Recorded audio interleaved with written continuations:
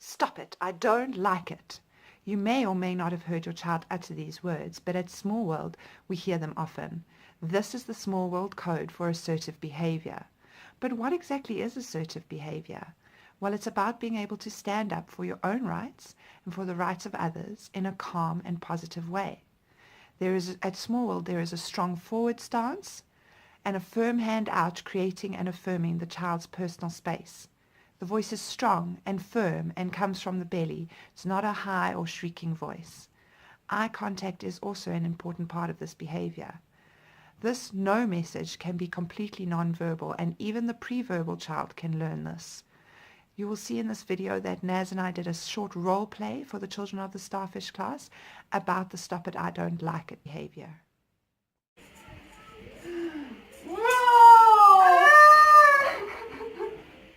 Yeah. Was Teacher Emma kind? No. Did Teacher Naz do the right thing? No. What should she have done? Shall we try again? Yeah. Let's see what happens this time. Whoa! Stop! I don't like it! Did you see that I stopped straight away when she said stop it, I don't like it? So if someone says stop, I don't like it to you, you need to stop doing what you were doing.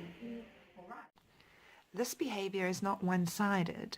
There is also a relationship with the response that comes after a child has been asked to stop what they're doing by another child. This is where empathy comes into play. Children need to learn to stop straight away and then to try and rebuild the relationship with a show of empathy. I am sorry I hurt you. How can I help? I won't do it again. If an altercation happens between two children, we facilitate the situation by giving the children tools which they can use to learn how to deal with similar situations should they arise. Firstly, we encourage them to say, stop it, I don't like it. Then we bring the two children together by holding each of their hands with the teacher in the middle. Next, we ask the child who did the hurting to look at the child who was hurt, and we point out how the child is sad or upset or is crying. Then we ask the child who did the hurting to say sorry. At Small World, we have a 4-step sorry which is learnt in stages. At each age group, another step is added. The first step for the 1-year-olds is a non-verbal physical version of the apology, like a hug. The second step for the 2-year-olds is to give a hug and say the word sorry. The third step for the 3-year-olds is to give a hug, say sorry, and then ask what they can do to make it better. The last and fourth step for the 4-year-olds and above is to give a hug, say sorry, ask how you can help, and then make a promise not to do it again. We as parents and teachers can help by giving our children some tools that they can work with and test out to learn these behaviors. One of the best things you can do is to model assertive and empathetic behavior yourself in your interactions with family, friends, and acquaintances. Give your child some words or phrases that they can use when they need to be assertive. Stop it, I don't like it is not the only phrase. It can be interchanged with stop, I'm not for hurting, or no, I'm not finished playing with that toy yet, or stop, ask nicely. One thing to be aware of is to try and make these responses firm but respectful. This helps the message come across as non-aggressive.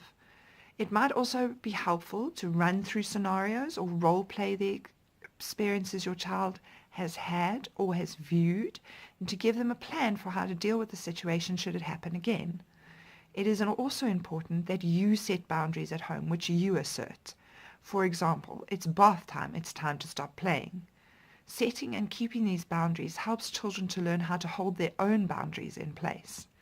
You can also explain to your child about how being assertive and empathetic creates relationships in which they can trust the other person and feel safe. However, in the end, it is the child themselves who holds the power to assert themselves and be empathetic when the need arises. It is in the lab of life and relationships in a safe place like Small World that children learn these life skills. We can only give them the tools to handle situations, but in the end, it is they themselves who have to test them out and see what works. In every space, we need boundary pushers and space holders so that we can learn these real-life skills in situ. When a child can assert their own boundaries, they can relax and feel safe whether or not an adult is there to facilitate. And with empathy, their relationships will flourish.